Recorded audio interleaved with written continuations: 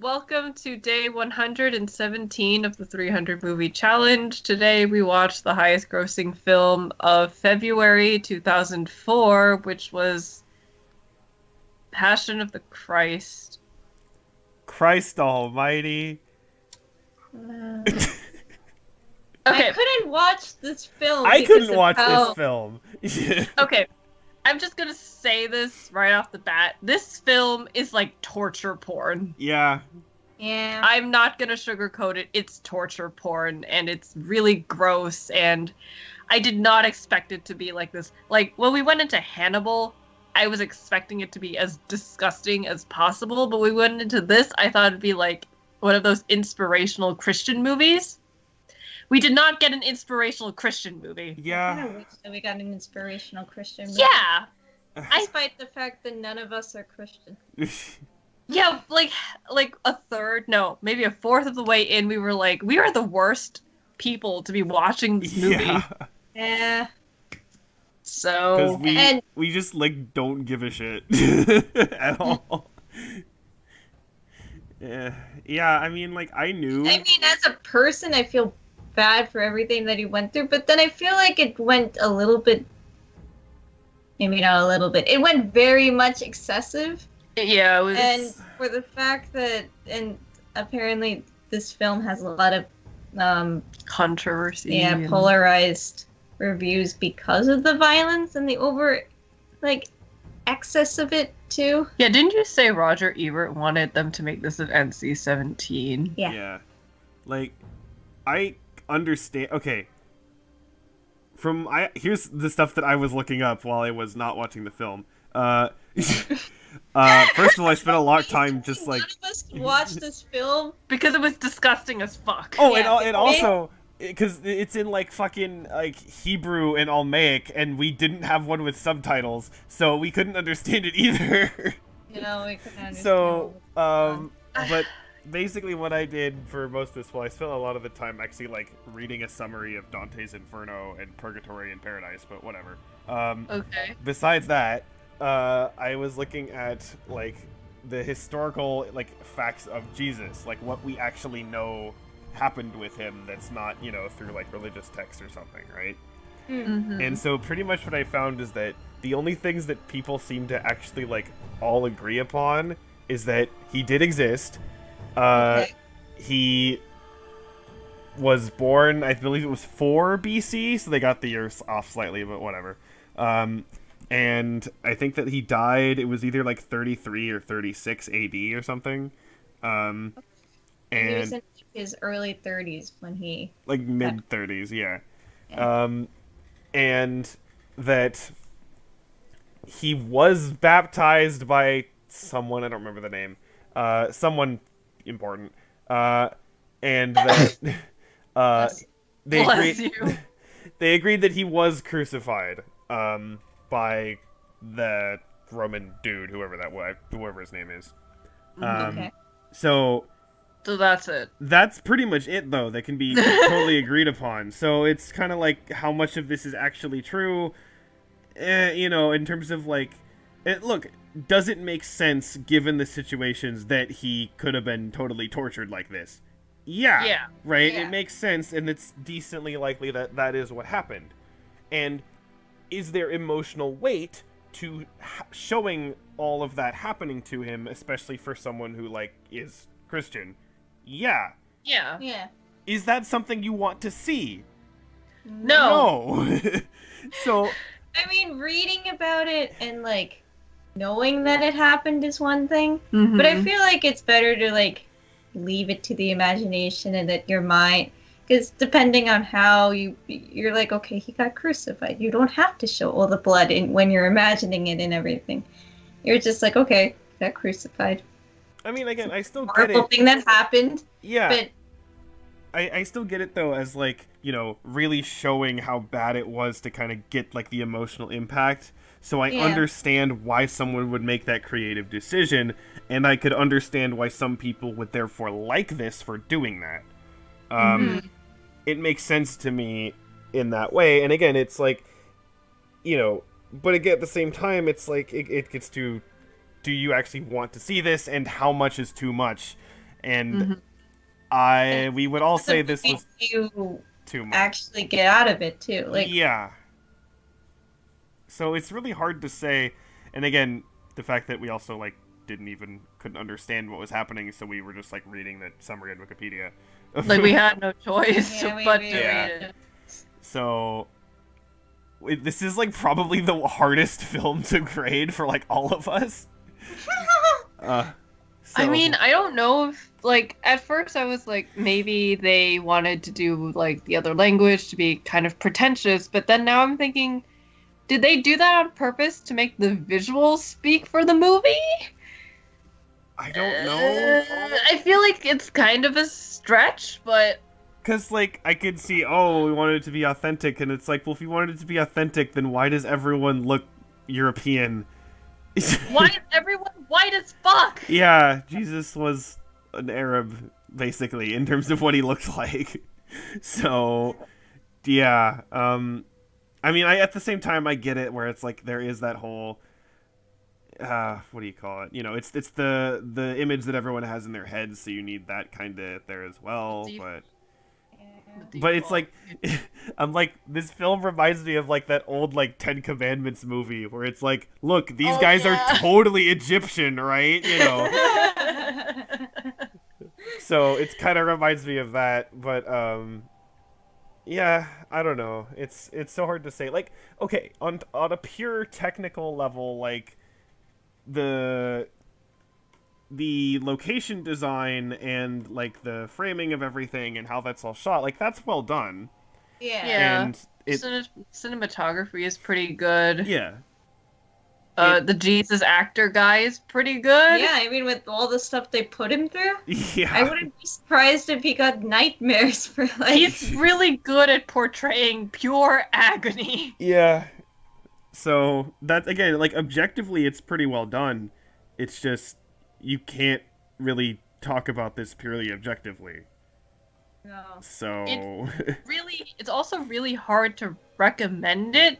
yeah, Like How would you even recommend this? like even to a religious person, I don't know if I can recommend it because it's so Graphic? graphic, yeah, and it's like so torture porny. mm-hmm.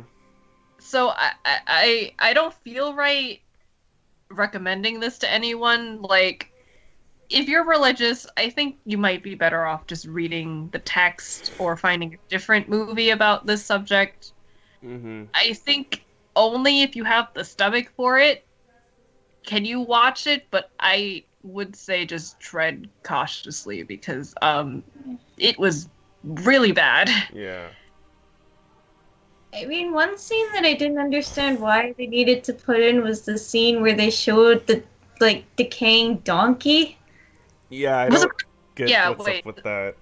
The part with Judas, didn't you say that was like added in, like him being chased by the demonic children? No, that wasn't. It was got followed. It was like from a different text, not one Okay. of the canonical. So it's like we don't really know an much offshoot. about Christianity, so right. just keep that in mind. Just take what we say with a grain of salt, except for the fact that this movie is really hard to watch. Yeah, the whole graphics thing is, it could be literally about anything with this amount of graphics, and we would say about the same thing, but anything pertaining that's not, as Valen said, historical is not really. It's not our forte. Yeah. I'm sure someone else would be able to tell you more about the religious things about this movie than we are. Please don't look to us to try and do Yeah. that. Yeah, if you're just a layman who isn't really, into, this kind of thing, skip it. Because Yeah. we're all kind of the people who just like to enjoy movies. Yeah, this But- is not like a movie, if that makes sense. You know what I mean? It's More not. of a documentary. Kind of, yeah. Like, Well, it's kind of presented like that, yeah. But I mean, is this actual truth? I mean, Yeah, Yeah. Right, that's a right. different argument. Yeah. I guess it the would, fact like- that there is literally like a personification of Satan, probably, would it be like an adaptation then of like that particular alternate no idea. text? I guess that's how you would say it. It's an adaptation. I don't know. Well, it's not an alternate text because apparently they took it from like a bunch of different Oh, things. I don't It even was know just anymore. It was just that one event that was apparently from an alternate. Okay. I don't even know anymore. Yeah. I will say, actually, kind of random side note, this seems completely unrelated, but there is a point to this. My girlfriend is, albino. Okay, she has albinism. And I remember before she's told me how, like, albinism is always portrayed, like, in fiction as, like, a villain. Oh. And, Oh, like, I never kind of noticed that, so I just kind of was, like, took her word for it and was like, okay, but, like, I don't know any examples on the top of my head. So then I noticed, looking here, I'm like, Satan looks awfully pale, and then I specifically, even on Wikipedia, they're like, you know, an androgynous albino, like, Satan, I'm like, damn, okay. So... You're just like, she was right. Yeah, because apparently, again, there's, like, a bunch of, you know, superstitions that come with that. In terms of, like, you know, oh, they're witches or some kind of crap, so... Mm-hmm. And there's even issues, like, in some areas in Africa where, like, if you're albino, like, you will literally be murdered because, like, you know, they think you're... can practice witchcraft and crap like that. So it's, like, kind of a big deal. So, yeah, that's one thing. I was like, oh, okay. Actually, another thing is that one thing that people brought up a lot and stuff was that this movie is anti-Semitic Oh yeah, and stuff with the portrayal of the the priest guy. priest. Mm-hmm. No, priest wait. or priest? The dude priest. who had the beard Yeah, and yeah, shit. that guy whose name I can't pronounce. With his portrayal and everything and how they portrayed them as like Oh yeah, the bad Jews and the good Jews and yeah, stuff. yeah. It's kind of like the reason, like, why Jesus died, and Yeah. like, because Right. yeah, there was stuff how apparently in like the early 1900s there was kind of a lot of how Christianity was taught, like, in the teachings of it was kind of like, you know, the Jews killed Jesus, and kind of that sort of framing of it, and so like Mhm. they think that kind of might have been like intellectual seeds for like the Holocaust mentality. Right. Yeah. So Like ism and stuff. yeah, I mean, it's one of those things where, like, again, how it was portrayed in this film could that have logically been what actually happened? Yes, right? Mhm. Yeah. But it's kind of one of those things where it's like, do you frame it that way? Because, especially considering how this is such a fundamental thing for, you know, like, what, a third of the world? Yeah. Is that really a healthy way to frame things? You know what I mean? So, Yeah. it's, Not yeah. particularly, but yeah. Yeah, I can't really think of another example where you could kind of have something like that, but I don't know. You mean like portraying Something that's quote unquote true, but if you describe it in the true way, it can lead to misinterpretations that then, like, have big social implications. I can't really think of anything. I guess you could think of it like oh, there's the Crusades because there's like Mm-hmm. Oh, there's yeah. yeah, because you could Right. think of it like oh, we're going to go and do all these things, but you have to keep in mind too that not everyone was for the Crusades also. Right. Right. And that it's not necessarily a portrayal on the whole of like the different religions Like and any stuff of the that were groups that were involved. yeah, that were of any of the groups that were involved and everything. It's not necessarily what everyone was thinking, and not everyone was gung ho about doing the Crusades or Mhm. participating in the Crusades or anything. Mm-hmm. Yeah, And yeah. I guess it goes with like history is kind of hard in that sense. Oh yeah. Yeah. That's true. Yeah. It's, yeah. I think the way people say it is like history can sometimes usually be like the winner's story depending Yeah. on like study it. Yeah, Yeah. history's written by the winners because the losers are dead. Yeah. So, Yeah. yeah, and Of that's... course it's getting better, but Yeah, It's typically the case. that's why it's so Eurocentric a lot of the time. Um, Yeah. yeah. And the other thing too is that, um, at least this was something that we're going way off topic from the movie, but we didn't, none of us watched the movie, so it's kind of. But what was I saying? Oh yeah, one thing was is that a lot of like when people like came to like colonize places and stuff, they normally like destroyed whatever like history and like Yeah. teachings that were going on there. Mm-hmm. So like one problem that I always have is that I don't know anything about like history, early history for like India or anything. Right, right. I don't know if because- that's the same way with you in Vietnam. Vietnam is a little bit weird too because like we were a There's French China. colony for a while, and then like China was there, and we got invaded a lot, as you can probably tell. Yeah. So it's like really weird in that sense. And then when I ask my mom about it, she also can't really answer my questions either. So it's kind of like. And then I took like another like a course in where they were talking about like how like people always complain about like countries that just win their freedom and everything, and they're like, why can't they like work things out and everything after they get their freedom and revolutions and stuff? And it's like, Because you fuck shit up, guys. yeah, it's kind of like, well, these people came in, they destroyed their culture, they destroyed their government, and they made people think that they put in a new government. They have nothing to fall back on. Yeah, they took a bunch of resources. Like in India and stuff, they took a bunch of gold and diamonds and Mhm. jewels and stuff. I remember a friend, and once they went to a museum in, I think, Europe or something, and they saw the chandelier. They were like, oh, cool, this is a nice chandelier. And then they looked at like the plaque, and they realized that this chandelier was taken from their family when the British first came over. And it's Wow. just like, can you imagine? And it's just like, Just like, hello, this is mine. yeah, basically.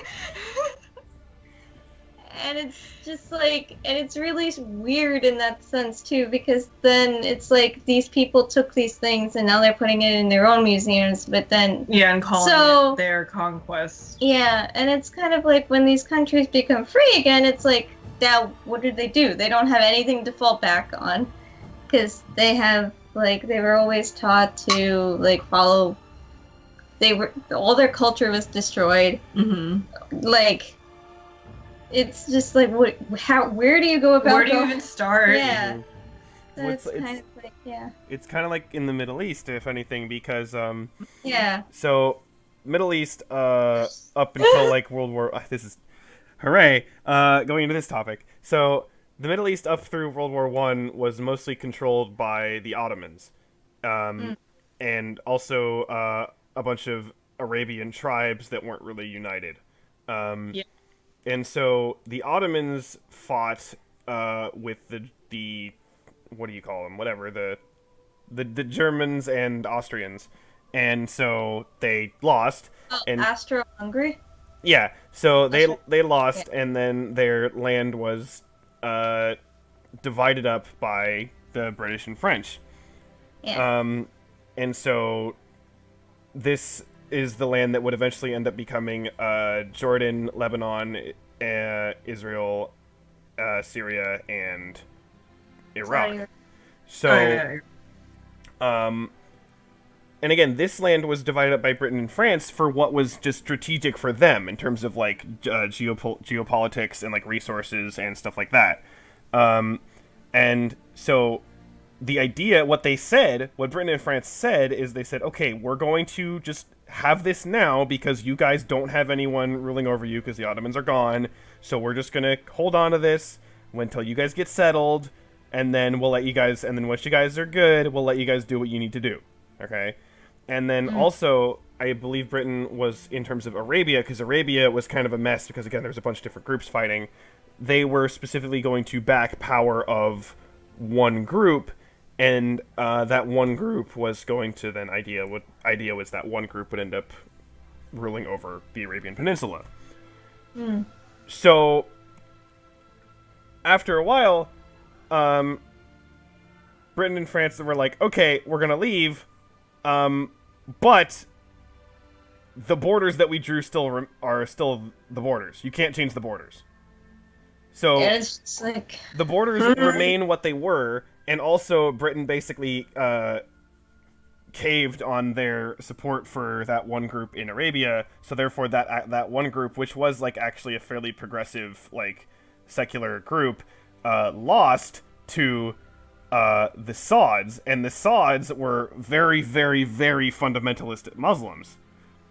So this very, very fundamentalist Muslim group ended up taking over the Arabian Peninsula, right? And of course, very shortly after that, they discovered oil in the Arabian Peninsula. So now, this very fundamentalist Muslim group that took over a region of land with an extremely profitable resource now has all of this monetary and economic power to spread their philosophy throughout these regions that have artificial borders that have no consideration for the people actually living there.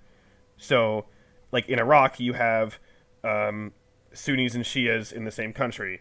You have the Kurds that are spread throughout, like, Iraq, Azerbaijan, Turkey, Syria, like, all of these things, you know, and you have all of these people just kind of displaced. They're not in actual countries that make any sense in terms of them, and because of, again, the falling out of the deal, the economic powers, especially now, there is, you know, you have actually the main two economic powers in the Middle East are Saudi Arabia, which again is this Wahhabist fundamentalist Islam, and Iran, which is now a fundamentalist Shia Islam. So it's, you know, you basically have two fundamentalist Islam groups that are the different types of Islam.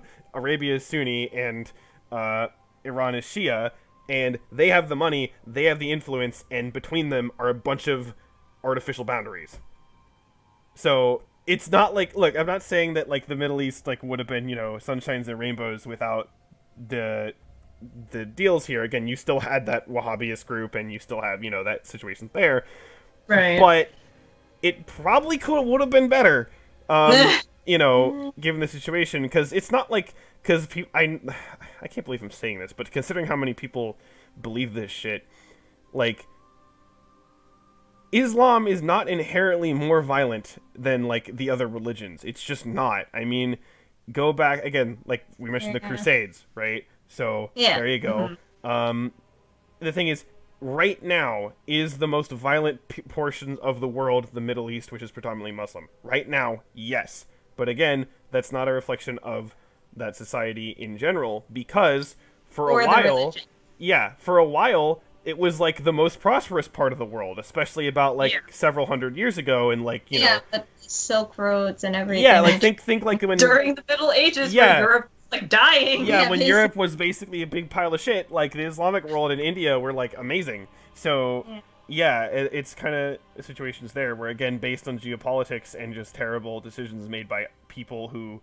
were in power but didn't really have any like actual care for what they were doing, you end up with a really, really, really shitty situation. And it's also similar for why Africa is a giant mess as well.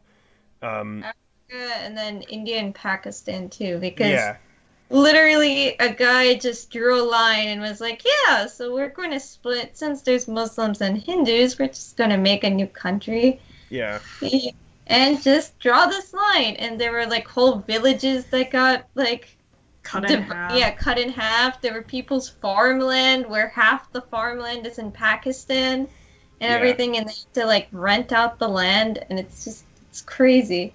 Yeah, it's really sad when you think about it, because you think about how, like, in history, these countries were really prosperous and they were originally like the strongholders, but now they're all fucked up because of colonialism. Yeah, and it's one of those things where, like, I don't know, I just want to like smack someone every time they say, like, implying that it's solely the fault of the people who are there.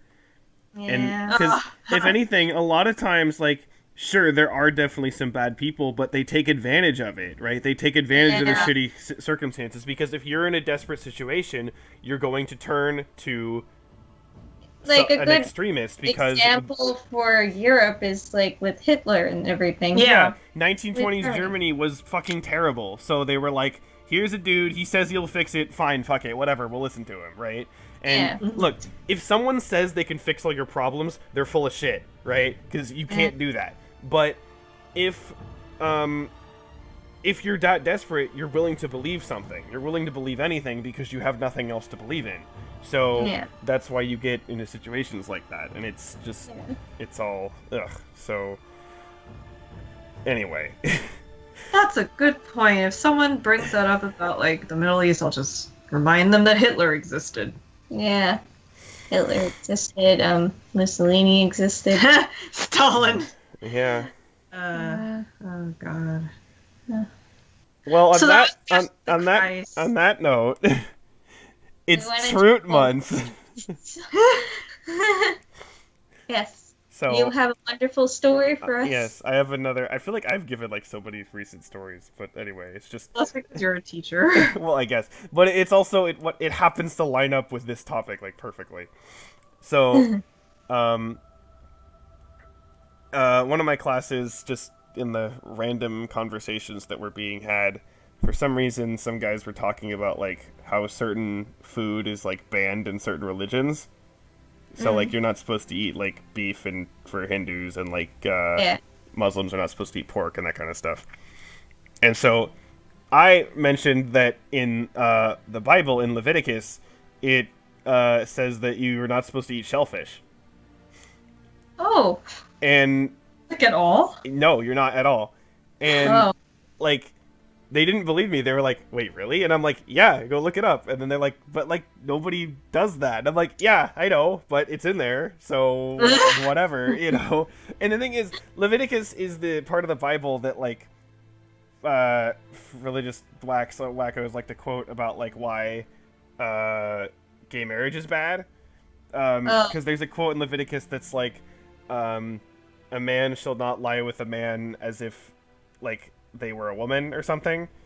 And someone pointed out that like, well, if I'm gay, then I would not lie with a man like I would with a woman. So and I'm like, fair point, to be fair. But ignoring that, there's no like hierarchy in terms of like what's worse, right, in Leviticus. So if you want to interpret that statement as being gay is bad, okay, then eating shellfish is equally bad. And also, something else that's bad is that you're not supposed to wear clothing that's made of like two different types of material. What?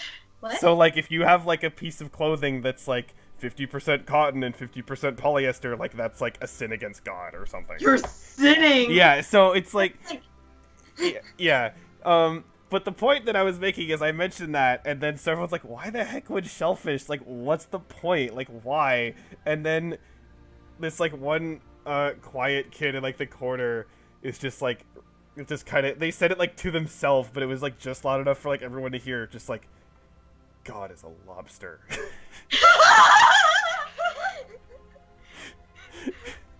God is a lobster. So that's why you're not supposed to eat shellfish. Because There you God is a go. lobster. Sure. Jesus is a shrimp. Jesus shrimp. He's a prawn. Oh. So, yeah, there you go. I mean, technically shrimp or lobsters are not fish at all. But whatever. It's water. Good enough. Close enough. Fucking whatever. Yeah, it has to do with the topic of this movie. Yeah. Close enough. As someone whose biggest interest outside of like astronomy and physics is evolutionary biology, close enough. Ah! I don't care that those families diverged in the Cambrian 540 million years ago. Irrelevant in this case. Oh my god. If you want to go that route, then fuck it. God's a Eurypterid. And if you don't know what a Eurypterid is, look it up. Although then again, you probably don't know how to spell it, but whatever. It's basically a giant sea scorpion that's about the size of an alligator. So, there you go. That's what God is. something that would probably kill you. Uh, 10-foot long giant sea smitten scorpion. by- You get smitten by his stinger. Yeah. Actually, valid. I think we need to stop this. Yeah, I think It's been 30 fucking minutes. Jesus Christ. Literally, Jesus Christ. Okay, on that note, Uh, bye. Bye. Bye.